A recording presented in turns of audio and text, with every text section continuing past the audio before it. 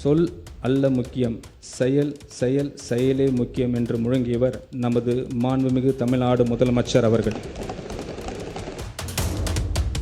மக்களின் வரி பணத்தில் இருந்து ஒரு பைசா தொடமாட்டோம், தொட விடமாட்டோம், தொட்டால் விடமாட்டோம், இதற்கு முன் தொட்டவர்களையும் விடமாட்டோம்.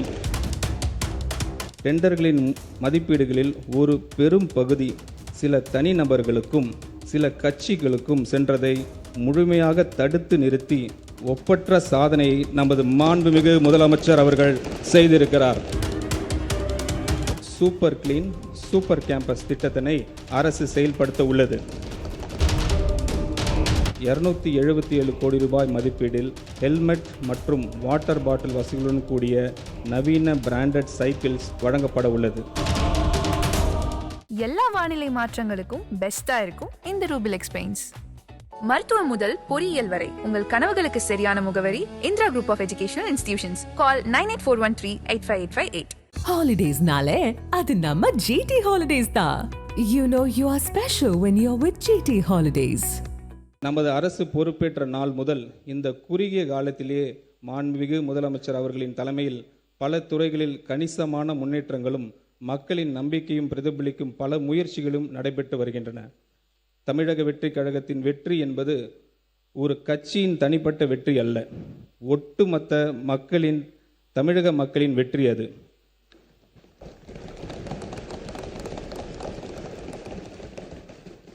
மக்களுக்கான பல நல திட்டங்களை செயல்படுத்தும் நோக்கத்தில் நமது அரசு அறம், பொருள் மற்றும் இன்பத்தை நோக்கமாக வைத்து 10 தூண்களை கொண்ட வெற்றி தமிழகம் தொலைநோக்கு திட்டங்கள் ஆவணத்தின் வெளியிட்டு உள்ளது.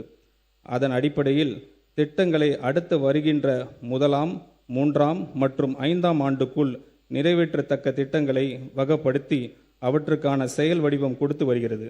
தேசிய அளவில் பல சமூக பொருளாதார குறியீடுகளை முன்னணியில் விளங்கும் மாநிலமாக தமிழ்நாடு பல ஆண்டுகளாக இருந்து வரும் நிலையில் தமிழ்நாட்டை வறுமை இல்லாத அனைவருக்கும் சம வாய்ப்பினை வழங்கி அதன் மூலம் சமூக நீதியினை நிலைநாட்டும் மாநிலமாகவும் 2036ஆம் ஆண்டுக்குள் $1.5 டிரில்லியன் பொருளாதாரம் கொண்ட மாநிலமாகவும் உயர்த்த தேவையான சமூக பொருளாதாரம் மற்றும் மனிதவள முதலீடுகளை மேற்கொள்வதற்கு நமது அரசு உறுதி பூண்டுள்ளது.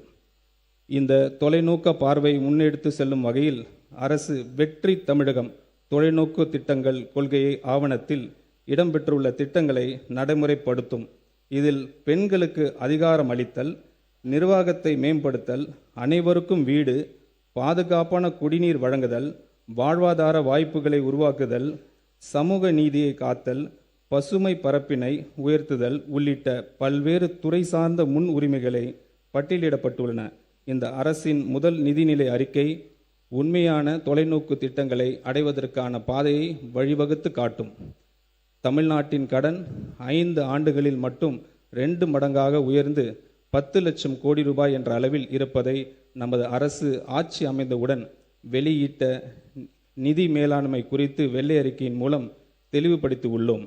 மேலும் மாநில மொத்த உள்நாட்டு உற்பத்தி மதிப்பில் சொந்த வரி வருவாயின் விகிதம், வருவாய் பற்றாக்குறை, நிதி பற்றாக்குறை என பல்வேறு நிதிநிலை குறியீடுகளில் தமிழ்நாடு மற்ற இணை மாநிலங்களுடன் ஒப்பிடுகையில் பின்தங்கிய நிலையே உள்ளது. மொத்த வரி வருவாயில் வட்டி செலுத்துவதற்கான தொகையும் பொறுப்பு ஏற்றுக்கொண்ட செலவுகளும் தொடர்ந்து அதிகரித்து வருகின்றன. இதன் காரணமாக புதிய திட்டங்கள் செயல்படுத்துவதற்கு கிடைக்கும் நிதி ஆதாரம் என்பது குறைவாகவே உள்ளது. இப்படிப்பட்ட ஒரு இக்கட்டான சூழ்நிலையில் மக்கள் தேர்வு செய்யப்பட்ட நமது அரசானது மக்களுக்கு கொடுத்த வாக்குறுதிகளை படிப்படியாக நிறைவேற்றும் அதே வேளையில் மாநிலத்தை இந்த நிதி நெருக்கடியில் இருந்து மீட்பதற்கு பல்வேறு முயற்சிகளை எடுத்து வருகிறது. முதலாவதாக பொது டெண்டர்களில் கான்ட்ராக்டரிடம் கேட்கப்படும் தேவையற்ற சான்றிதழ்கள் மேண்டேட்டரி சப்மிஷன் அந்த டெண்டர்கள் போட்டியில்லாதவாறு மாற்றியுள்ளன. இதை கலைத்து நமது அரசு டெண்டர்களில் வெளிப்படைத்தன்மை கொண்டு வந்துள்ளது. இரண்டாவதாக பல அரசு துறைகளில் அந்த துறையின் கீழ் பதிவு செய்யப்பட்ட கான்ட்ராக்டர்ஸ் மட்டுமே டெண்டர்களில் பங்கேற்க முடியும் என்று இருந்த நிலையை மாற்றி எந்த ஒரு துறையிலும் பதிவு செய்துள்ள கான்ட்ராக்டர்ஸ் தகுதி இருந்தால் பிறர் துறைகளிலும் டெண்டர்களில் பங்கேற்க முடியும் என்ற நிலையை அரசு கொண்டு வந்துள்ளது. மூன்றாவதாக, இளைஞர்களுக்கும் சிறு தொழில் செய்பவர்களும் அரசின் டெண்டர்களில் முதல் முறையாக பங்கேற்க ஏதுவாக குறைந்த மதிப்பில் டெண்டர்களில் உள்ள பல்வேறு விதிமுறைகள் தளர்த்தப்பட்டுள்ளன. இந்த நடவடிக்கைகள் புதிய மற்றும் வளர்ந்து வரும் கான்ட்ராக்டர்ஸுக்கு அரசின் டெண்டர்ஸ் எளிதில் கிடைக்க வழிவகுக்கும். அதே நேரத்தில் டெண்டர்ஸ்களில் ஏற்படும் ஆரோக்கியமான போட்டியின் காரணமாக அரசின் வீண் செலவுகள் குறையும். இந்த முன்முயற்சிகளின் பலன்கள் அனைத்தும் அரசிற்கு கிடைக்கப் பெற தொடங்கிவிட்டன என்பதை மகிழ்ச்சியுடன் தெரிவித்துக் கொள்கிறேன்.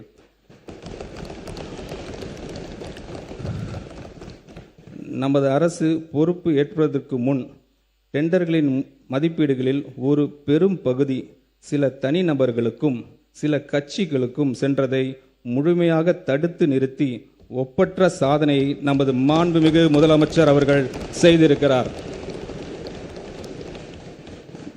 மேலும் பல அடுக்கு மற்றும் உயரமான அடுக்குமாடி குடியிருப்புகளை கட்டுவதற்கான திட்ட அனுமதியை பெற அரசிடம் வர வேண்டும் என்ற நிலையை நமது மாண்புமிகு முதலமைச்சர் மாற்றியுள்ளார். இந்த அனுமதியை அதிகரிப்பு பகிர்ந்து அளிப்பின் மூலம் டெலிகேஷன் ஆஃப் பவர்ஸ் சென்னை பெருநகர் வளர்ச்சி குழுமத்தின் நிலையிலேயே பெற்றுக்கொள்ள ஆணையிட்டுள்ளார். இதன் மூலம் திட்ட அனுமதியை பெறுவதற்கு நிலவி வந்த ஊழலை முற்றிலும் அகற்றியுள்ளார்.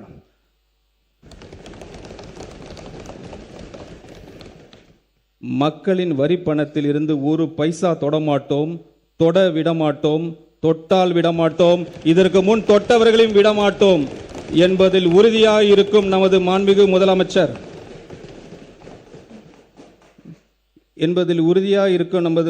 முதலமைச்சரை கண்டாலே, அவரின் பெயரை கேட்டாலே ஊழல்வாதிகள் அஞ்சி நடுங்கி ஓடி ஒழிவதை நாம் நிரந்தரம் பார்த்து கொண்டுதான் இருக்கிறோம். இவ்வாறு பொது டெண்டர்ஸ் மற்றும் திட்ட அனுமதிகளில் நேர்மையான மற்றும் வெளிப்படைத்தன்மை உடைய நிர்வாகத்தின் மூலம் பல்வேறு சீர்திருத்தங்களை கொண்டு வந்துள்ள நமது அரசு நிதி ஆதாரங்கள் பெருக்குவதற்கான முன்முயற்சிகளும் எடுத்து வருகிறது. இவற்றின் ஒரு பகுதியாக மதுபான உற்பத்தி ஆலைகளுக்கான கூடுதல் சிறப்பு கட்டணத்தை அரசு அண்மையில் விதித்துள்ளது. இதன் மூலம் அரசுக்கு ஒரு ஆண்டுக்கு 1000 கோடி ரூபாய் வரை வரவு எதிர்பார்க்கப்படுகிறது. அதேபோல் சரக்கு மற்றும் சேவை வரிகளில் நேரடியாக தொடர்புற்ற ஃபேஸ்லெஸ் மதிப்பீடு, பதிவுத்துறையில் நேரடி தொடர்பு, ஃபேஸ்லெஸ் பத்திரப்பதிவு, சுரங்க நடவடிக்கைகள் கண்காணிப்பு, முழுமையான எண்ட் டு எண்ட் கம்ப்யூட்டரைசேஷன், தகவல் தொழில்நுட்பத்தின் உதவியுடன் பல முன்னெடுப்புகள் அரசு எடுத்து வருகிறது. இதன் மூலம் அரசுக்கு கூடுதலாக கிடைக்கும் வருவாய் ஏறத்தாழ 15,000 கோடி ரூபாய் வரை இருக்கும் என எதிர்பார்க்கப்படுகிறது. இதன் மூலம் பல வெற்றி திட்டங்களை செயல்படுத்த முடியும். பொருளாதார வளர்ச்சியுடன் இணைந்து செல்லக்கூடிய வருவாய் வளர்ச்சி அடையவும், வருவாய் ஆதாரங்களை பெருக்கி சஸ்டைனபிலிட்டியை பராமரிக்கவும், மாநிலத்தின் வரி மற்றும் வரி அல்லாத வருவாய் அதிகரிப்பதற்கான நடவடிக்கைகள் பரிந்துரை செய்வதற்காக ஒன்றிய திட்ட ஆணையத்தின் முன்னாள் துணைத் தலைவர் திரு மான்டெக் சிங் அல்வாலியா அவர்களின் தலைமையில் 5 உறுப்பினர்களை கொண்ட வருவாய் மேம்பாட்டு குழு ரெவென்யூ ஆகுமெண்டேஷன் கமிட்டி அரசு அண்மையில் அமைத்துள்ளது. இதன் மூலம் மாநிலத்தின் நிதி சுயேட்சை பலப்படுத்தி அதன் சமூக பொருளாதார வளர்ச்சியை கடமைகளை நிறைவேற்ற தேவையான நிதி ஆதாரங்களை உருவாக்குவதை அரசின் நோக்கமாகும். பள்ளி கல்வி. கேடில் விழிச்செல்வம் கல்வி ஒருவருக்கு மாடல்ல மற்ற எவை. கல்வியே ஒருவருக்கு அழிவு இல்லாத சிறந்த செல்வமாகும். கல்வி கற்றலில் சிறந்த விளங்கி வெற்றி பெற்றவர்களுக்கு நற்சான்றுகளையும் உதவித்தொகையும் வழங்கி கௌரவிப்பவர் நமது மாண்புமிகு முதலமைச்சர் அவர்கள். அவரது தலைமையிலான அரசு 43 லட்சத்திற்கு மேற்பட்ட மாணவர்கள் பயிலும் அரசு பள்ளிகளை நிர்வகித்து வருகிறது. இந்த பள்ளிகளில் தூய்மையான மற்றும் பாதுகாப்பான கற்றல் சூழலை உறுதி செய்வது என்பது மாணவர்களின் தரமான கல்வி பெறுவதற்கு அவர்களின் நலனுக்கு அவசியமாகும்.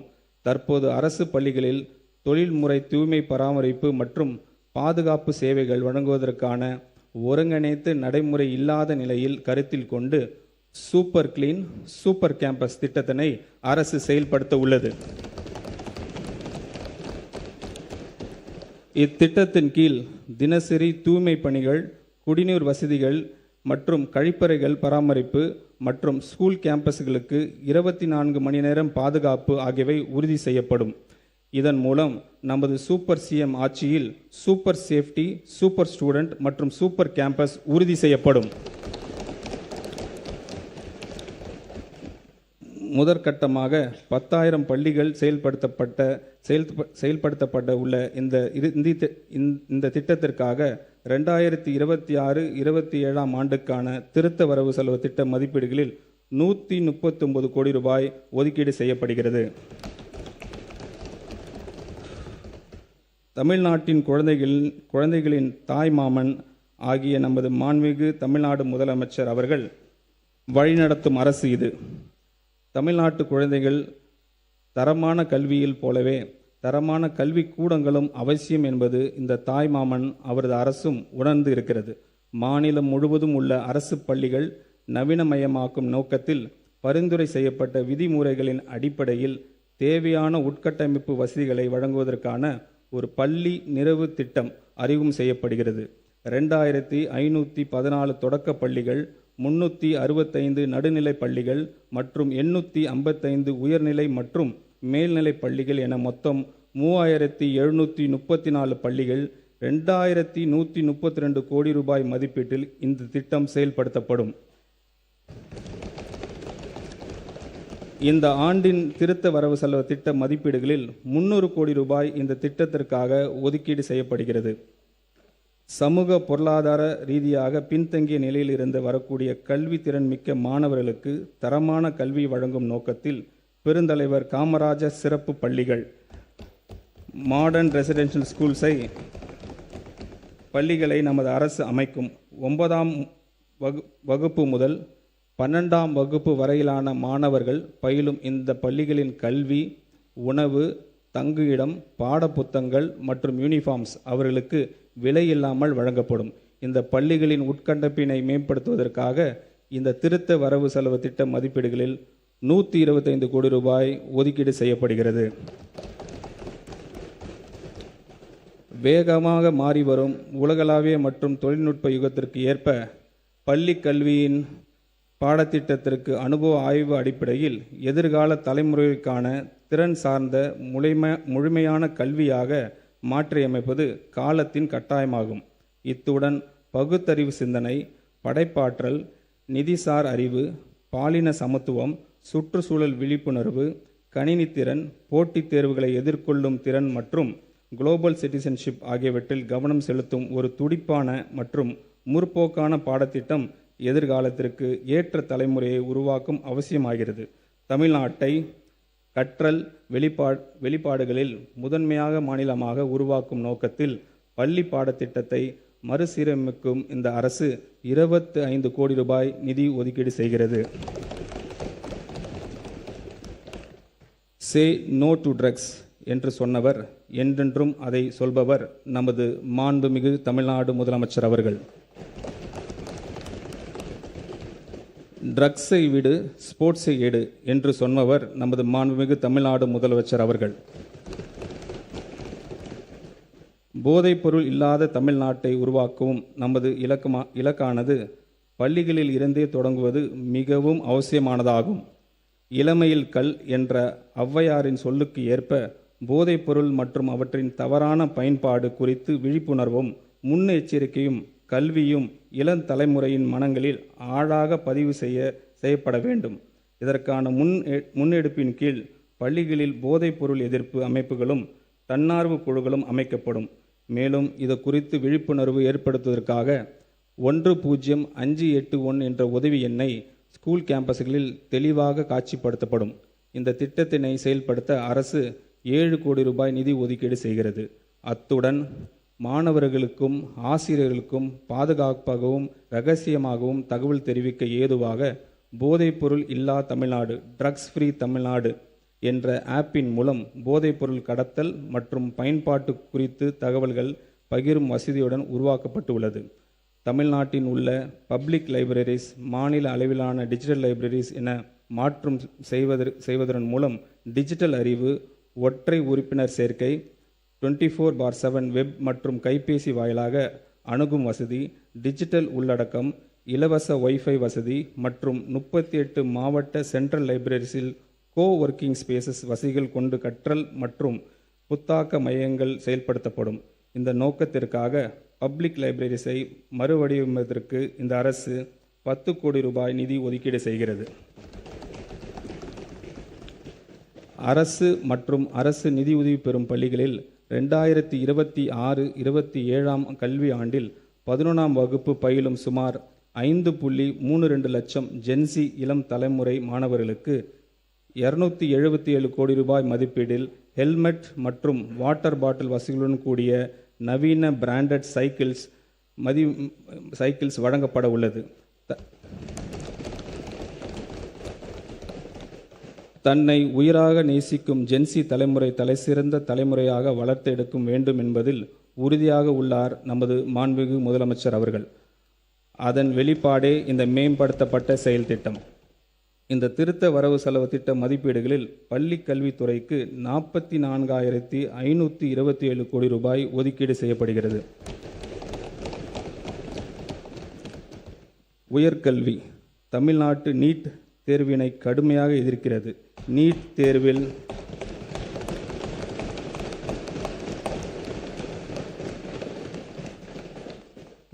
தேர்வில் தேசிய அளவில் நடைபெற்று பல்வேறு குளறுபடிகள் மற்றும் வினைத்தாள் கசிவு ஆகியவை எதிர்கால தலைமுறையினை உயர்கல்வி வாய்ப்பினை பெரிதும் பாதிக்கின்றன. எனவே நீட் தேர்வு முறையான நடவடிக்கை ரத்து செய்து முந்தைய முறையான 12ஆம் வகுப்பு பொதுத் தேர்வின் அடிப்படையில் மருத்துவ கல்விக்கான சேர்க்கை தொடர்ந்திட ஒன்றிய அரசை தமிழ்நாடு அரசு வலியுறுத்துகிறது.